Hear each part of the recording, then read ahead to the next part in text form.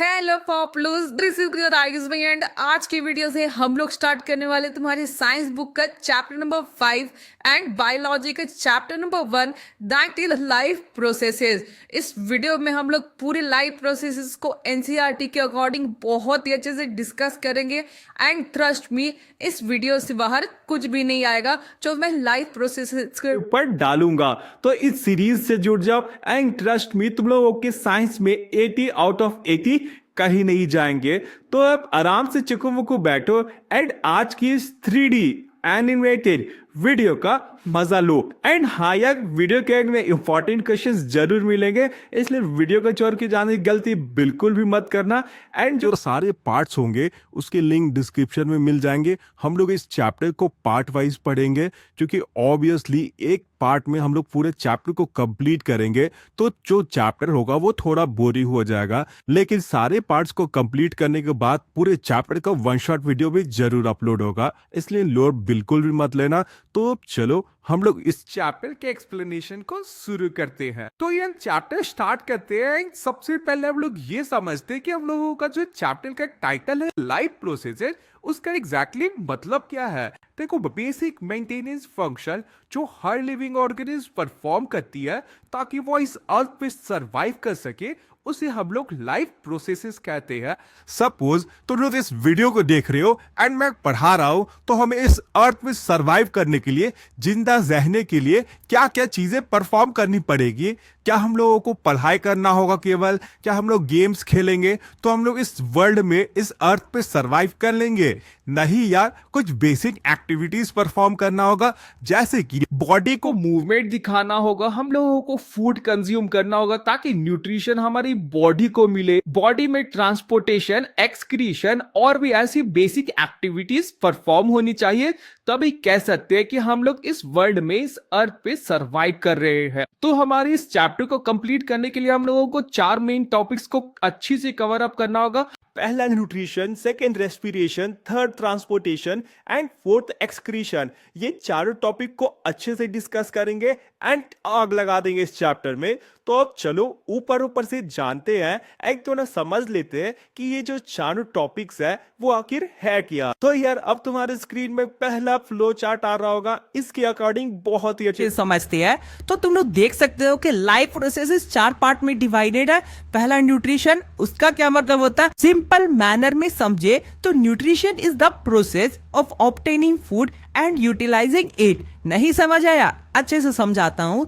Nutrition एक ऐसा process होता है जिसमें हम लोग फूड को कंज्यूम करते हैं एंड उसके बाद जो बॉडी होता है उस फूड को यूटिलाइज करती है, उससे न्यूट्रिशन निकालती है, इसे हम लोग न्यूट्रिशन कहते हैं। ठीक है। अब हमारा सेकेंड चीज है रेस्पिरेशन।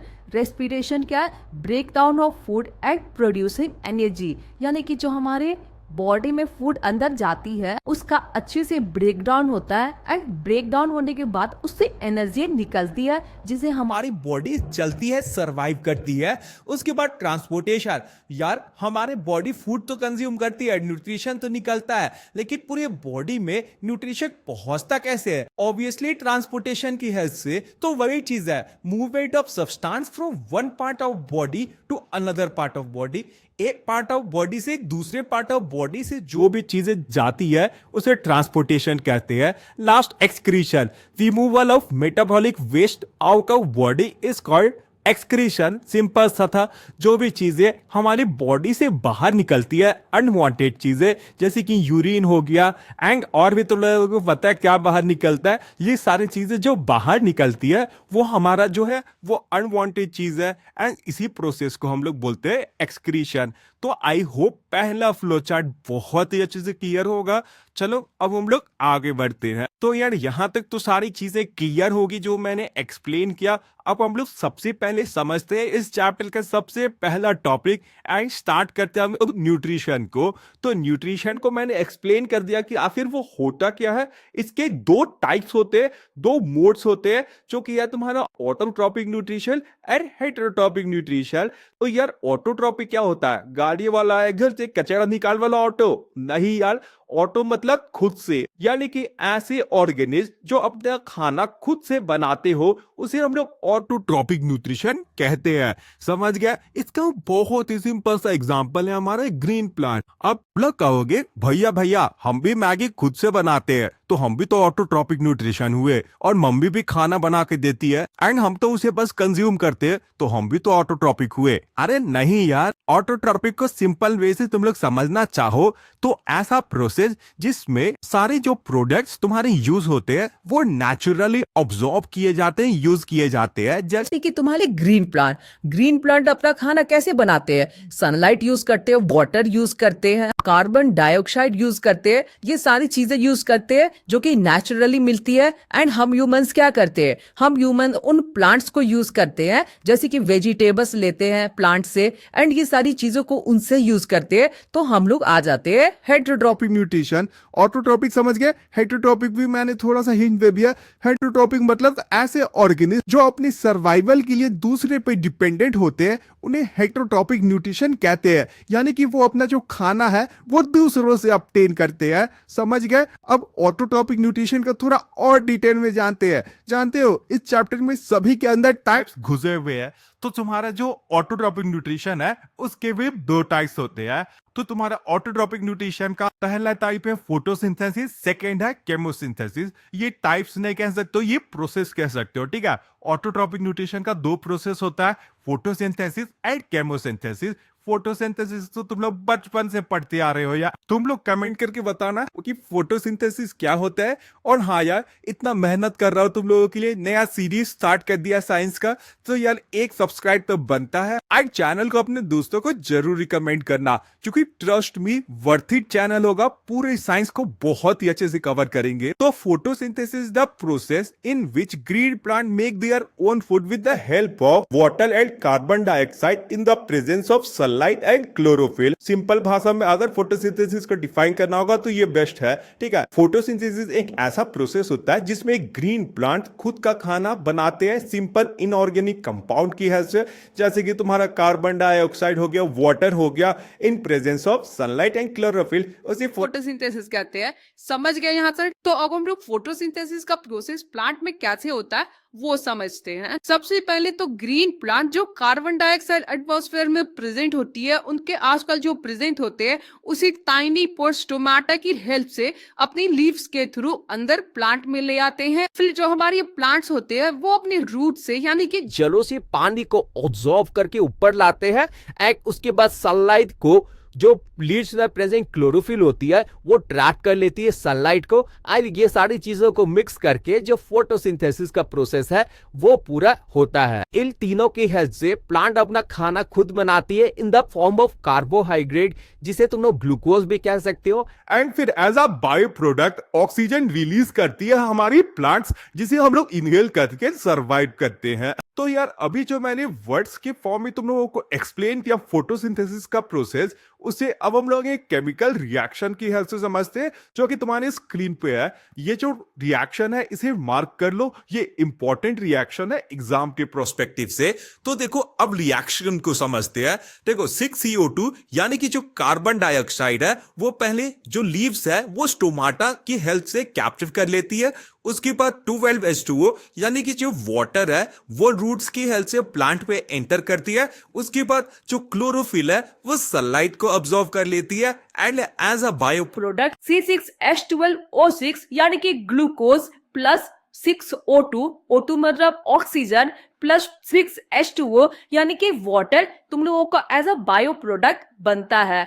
अब तुम्हारा ग्लूकोज बनता है, ठीक है, ऑक्सीजन बनता है एंड जो वाटर होती है वो भी थोड़ा थोड़ा बनता है एंड एटमॉस्फेयर में जो लीव्स है वो उसे रिलीज करती है। तो रिएक्शन समझ गया कि कैसा तुम लोगों को लिखा गया है, ठीक है। इसे बैलेंस करना मत भूलना, नहीं तो मार्क्स डिडक्ट हो सकते हैं, ठीक है। अब एक इम्पोर्टेंट पॉइंट नोट डाउन कर लो कि जो हमारी प्लांट्स है वो ग्लूकोज को स्टार्च के फॉर्म में स्टोर करती है है एंड ह्यूमंस ग्लूकोज को ग्लाइकोजन की फॉर्म में स्टोर करते हैं। आगे बढ़ने से पहले क्या तुम लोगों को पता है कि लास्ट में जो मैं इंपॉर्टेंट क्वेश्चंस डिस्कस करने वाला हूँ वो मैं तुम लोगों को कहाँ से दूंगा। ये जो इंपॉर्टेंट क्वेश्चन है ये मैं तुम लोगों को बरुकुल भाई ओसवाल के क्वेश्चन बैंक बुक से देने वाला हूँ, जो कि इस बार के बोर्ड्स 2025 को ध्यान में रखकर बनाया गया है। इस बुक को सीबीएसई के क्लास 10 के लेटेस्ट सिलेबस के अकॉर्डिंग बनाया गया है, जो कि हर सब्जेक्ट की प्रिपरेशन एकदम डेप्थ से करवाएगी। इस बुक पे तुम लोगों को प्रीवियस ईयर बोर्ड्स के क्वेश्चन पेपर के साथ साथ कॉम्पिटेंसी बेस्ड क्वेश्चन पैटर्न भी देखने को मिलेगा,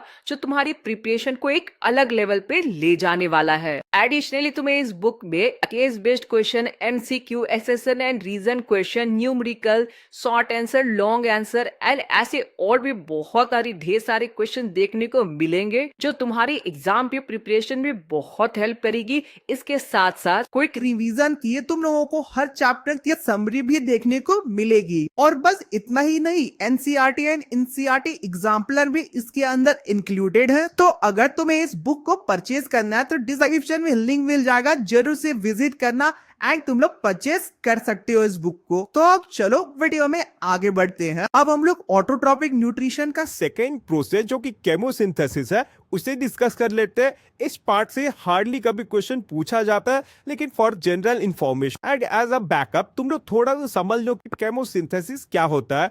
कुछ आयरन एंड सल्फर के जो बैक्टीरिया होते हैं वो केमिकल एनर्जी का यूज करते हैं, जो कि रिलीज होती है during oxidation of simple inorganic compound and इससे वो ऑर्गेनिक फूड तैयार करते हैं एंड इसी प्रोसेस को हम लोग केमोसिंथेसिस कहते हैं। जो स्क्रीन पर तुम्हारा डेफिनेशन दिख रहा होगा बस सिंपली उसे याद कर लेना एंड एक दो एग्जांपल भी जो स्क्रीन पर दिख रहा है उसे याद कर लेना, उससे ज्यादा कुछ भी नहीं आएगा। अब आगे के बुक में हम लोगों को ये बताया गया कि कौन कौन से इवेंट फोटोसिंथेसिस के प्रोसेस के दौरान होते हैं। तो पहला है तुम लोगों का absorption of light energy by chlorophyll. मैंने एक्सप्लेन कर दिया है कि जो लाइट एनर्जी है वो क्लोरोफिल के द्वारा जो है वो अब्जॉर्ब की जाती है। और सेकेंड है तुम्हारा conversion of light energy into chemical energy and splitting of water molecule into hydrogen and oxygen.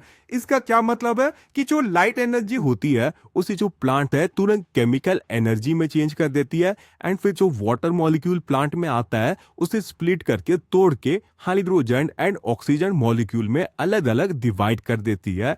Third जो हमारा जो इवेंट है वो है reduction of carbon dioxide to carbohydrate. उसके बाद जो हमारा कार्बन डाइऑक्साइड है उसे रिड्यूस करके कार्बोहाइड्रेट में कन्वर्ट कर देती है प्लांट एंड इससे उन लोगों को ग्लूकोज मिल जाता है, अपना खाना मिल जाता है। तो ये जो तीन इवेंट है अच्छे से याद कर लेना, समझ लेना। मैंने एक्सप्लेन कर दिया है, कहीं दिक्कत होगी कमेंट करना, तुम्हारे आयुष भैया तुम्हारा जरूर रिप्लाई करेंगे।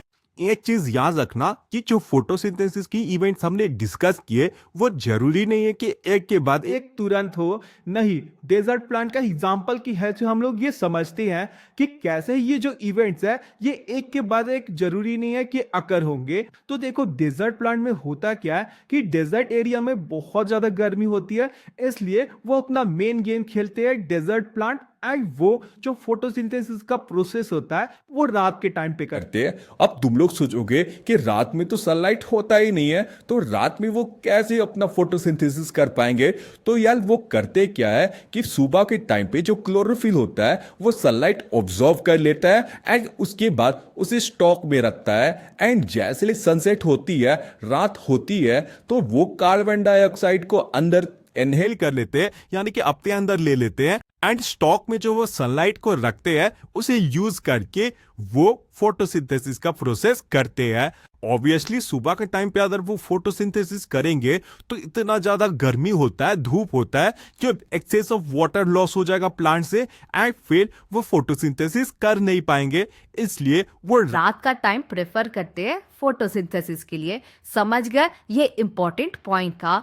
एक चीज याद रखना कि अगर तुम लोगों को मेरे हैंड रिटन 10th के नोट्स चाहिए होगा एंड ये जितने भी पीडीएफ तुम लोग देख रहे हो, नोट्स देख रहे हो स्क्रीन पे, ये चाहिए होगा तो टेलीग्राम ग्रुप ज्वाइन कर लेना। Link description and comment area में पिंड है। और हाँ यार, मुझे पर्सनली इंस्टाग्राम पे भी तुम लोग फॉलो कर सकते हैं, वहां मेरे लाइफ के बारे में बहुत सारी चीजें तुम लोगों को पता होगी। दोनों की link description and comment area में मिल जाएगा। चलो अब आगे बढ़ते हैं। तो यार अब तुम लोगों को मैं एक नए टर्म से हाथ मिलवाना चाहता हूं जो कि है क्लोरोप्लास्ट। क्लोरोप्लास्ट क्या होता है? वो एक ग्रीन डॉट्स होते हैं जो कि प्लांट्स के सेल में प्रेजेंट होते हैं। इन्हें सेल ऑर्गेनिज्म भी कहते हैं या कह सकते हैं क्लोरोप्लास्ट कहते हैं। ये जो क्लोरोप्लास्ट होते हैं इनमें भर भर के क्लोरोफिल प्रेजेंट होती है जो कि सनलाइट को ट्रैप करती है एंड जिससे सनलाइट प्लांट में एंटर करती है। अब हम लोग बात करते हैं स्टोमाटा के बारे में। Stomata are the tiny pores present in cell leaves. इसका दो मेन फंक्शन होता है, पहला एक्सचेंज ऑफ गैस, सेकेंड है removal of excess of water. Exchange of gas ये O2 और CO2 को एक्सचेंज करने में हेल्प करती है एंड सेकेंड जो एक्सेस वाटर जनरेट हो जाता है प्लांट में उसे स्टोमाटा की हेल्प में एटमॉस्फेयर में छोड़ दिया जाता है। ये दो मेन फंक्शन है, याद कर लेना। और हम लोग स्टोमाटा के डायग्राम को डिस्कस कर लेते हैं जो काफी ज्यादा इंपॉर्टेंट है। क्वेश्चन पूछे जाते हैं इस फिगर से, इसलिए अच्छे से समझना जो मैं बता रहा हूं। अब आगे तुम्हारे स्क्रीन पे स्टोमाटा का एक फिगर आया होगा। एक है क्लोज स्टोमाटा, एक है ओपन स्टोमाटा। ये दोनों स्टोमाटा से बहुत ज्यादा क्वेश्चन पूछे जाते हैं, फिगर भी बनाने पूछ सकता है तुम्हारे एग्जाम में। तो इन दोनों स्टोमाटा को प्रैक्टिस कर लेना। एंड ये जो स्टोमाटा का ओपनिंग एंड क्लोजिंग होता है वो कैसे होता है ये सारी चीजें डिस्कस करते हैं। तो देखो यार, इस फिगर में तुम लोगों का सबसे इंपॉर्टेंट है guard cell. Guard cell kidney shaped cell होता है जो कि मैनेज करता है opening and closing of stomata में। अब आगे हम लोग ये डिस्कस करते हैं कि आखिर एक स्टोमाटा कैसे खुलता है, कैसे बंद होता है। तो यह सिंपल सा प्रोसेस है। क्या होता है वो समझो। होता क्या है कि सुबह के टाइम पे जो हमारी गार्ड सेल होती है वो वाटर ऑब्जॉर्व कर लेती है, अपने अंदर भर लेती है एंड वो खुल जाती है, स्वेल हो जाती है, जिससे जो स्टोमेटा का ओपनिंग है, पोर है, वो ओपन हो जाता है, जिससे एसेंशियल फंक्शन परफॉर्म होती है एंड फोटोसिंथेसिस का जो प्रोसेस है वो परफॉर्म करती है प्लांट। अब सेकेंड है कि रात के टाइम पे होता क्या है कि जो हमारी स्टोमाटा है वो जो पानी है उसे छोड़ देती है, जिससे जो स्टोमेटा है वो स्विंग कर जाती है एंड जिसके कारण जो हमारी स्टोमेटल पोर है वो बंद हो जाती है। रात के टाइम पे जो स्टोमाटा है वो बंद इसलिए हो जाती है ताकि जो वाटर मॉलिक्यूल्स है वो हवा में उड़ ना जाए, क्योंकि ऑब्वियसली रात के टाइम पे जो फोटोसिंथेसिस का प्रोसेस है वो परफॉर्म नहीं कर रही होती है प्लांट, इसलिए वो अपने पानी को बचाने के लिए स्टोमाटा को बंद कर देती है एंड इसी की वजह से opening and closing of stomata इतना ज्यादा इंपॉर्टेंट है। कैसे फंक्शन होता है इसका वो भी समझ गए होगे। तो हम लोगों का ऑटोट्रॉपिक न्यूट्रिशन यहाँ कंप्लीट होता है। अब हम लोग डिस्कस करते हैं हेटेरोट्रॉपिक न्यूट्रिशन को, जिसके कुछ टाइप्स होते हैं एंड वो जो टाइप्स है ना, ट्रस्ट में बहुत इजी है एंड तुरंत तुम लोग समझ जाओगे। तो हेटेरोट्रॉपिक न्यूट्रिशन वो होता है जिसमें कोई भी ऑर्गेनिज्म दूसरे ऑर्गेनिज्म पर डिपेंड होता है फूड के लिए, सर्वाइवल के लिए। फॉर एग्जाम्पल एनिमल्स, हम ह्यूमन, हम सारे लोग जो डिपेंड होते हैं वो ग्रीन प्लांट्स पे डिपेंड होते हैं, एनिमल्स पे डिपेंड होते हैं अपने सर्वाइवल के लिए, अपने फूड के लिए। तो हम लोग हैं हेटेरोट्रॉपिक न्यूट्रिशन। हेटेरोट्रॉपिक न्यूट्रिशन के बेसिकली 3 टाइप्स होते हैं। पहला है तुम लोगों का सैप्रोफाइटिक न्यूट्रिशन, सेकंड है पैरासाइटिक न्यूट्रिशन, थर्ड है होलोजोइक न्यूट्रिशन। चलो इन तीनों को बहुत ही अच्छे से समझते हैं। सबसे पहला न्यूट्रिशन है सैप्रोफाइटिक न्यूट्रिशन, ऐसा मोड ऑफ न्यूट्रिशन जिसमें ऑर्गेनिज्म सड़े हुए डेड प्लांट्स एंड एनिमल्स से अपनी फूड को ऑब्टेन करके जिंदा रहता है, उसे हम लोग सैप्रोफाइटिक मोड ऑफ न्यूट्रिशन कहते हैं। इसका कॉमन एग्जांपल है बैक्टीरिया एंड फंगाई। अब हमारा सेकेंड मोड ऑफ न्यूट्रिशन है पैरासाइटिक मोड ऑफ न्यूट्रिशन, जिसमें जो लिविंग ऑर्गेनिज्म होता है वो दूसरे ऑर्गेनिज्म पे जिंदा रहता है, सरवाइव करता है बिना उस ऑर्गेनिज्म को मारे। इसका बहुत ही कॉमन एग्जांपल है लाइस, यानी कि जो तुम्हारे हेड में लाइस होता है ना, वो कॉमन एग्जांपल है कि वो तुम्हें हार्म भी नहीं पहुंचाता है एंड धीरे धीरे बस तुम्हारे ब्लड की हेल्थ से वो जिंदा रहता है बिना तुम्हें कोई नुकसान पहुंचाए। अब हमारा थर्ड है होलोजोइक न्यूट्रिशन। इसमें जो लिविंग ऑर्गेनिज्म होता है वो सॉलिड और कॉम्प्लेक्स फूड को इनटेक करता है, इंजेक्शन की हेल्प से अंदर लेता है एंड अनडाइजेस्टेड फूड को इजेशन के प्रोसेस के थ्रू बॉडी से बाहर निकाल देता है। एंड इसका सबसे कॉमन एग्जांपल है एनिमल्स एंड ह्यूमर। तो यार यही था हम लोगों का हेटेरोटॉपिक मोड ऑफ न्यूट्रिशन, समझ गए। इससे क्वेश्चन बहुत रेयरली पूछा जाता है क्योंकि इजी टॉपिक है, लेकिन फिर भी जानना जरूरी है। तो इसी के साथ आज का हमारा पूरा वीडियो बहुत ही अच्छे से कंप्लीट होता है। अब तुम लोगों को नेक्स्ट पार्ट तुम लोगों को पॉप आउट होते हुए लास्ट में दिख जाएगा, तो देख लेना, लिंक भी डिस्क्रिप्शन में मिल जाएगी उस वीडियो की, तो मिस बिल्कुल भी मत करना। अब यार तुम्हारे स्क्रीन पर इंपॉर्टेंट क्वेश्चन दिख रहे, इन सारे टॉपिक से इन क्वेश्चंस को अच्छे से याद कर लेना, ठीक है। क्वेश्चंस आ सकते हैं तुम्हारे एग्जाम में। अब इसके आंसर तुम लोगों को कहाँ मिलेंगे? वो तुम्हें मिलेंगे टेलीग्राम चैनल पे, जहाँ पे मैं सारे क्वेश्चंस के आंसर पीडीएफ के फॉर्म में भेज दूंगा। साथ ही में यार इंस्टाग्राम पे फॉलो कर लेना, गद्दारी मत करना, इतना मेहनत करूंगा तुम लोगों के लिए, ठीक है। तो एक इंस्टाग्राम पे फॉलो और सब्सक्राइब चैनल को बनता है। मिलते हैं किसी और वीडियो में। Thanks for watching the video.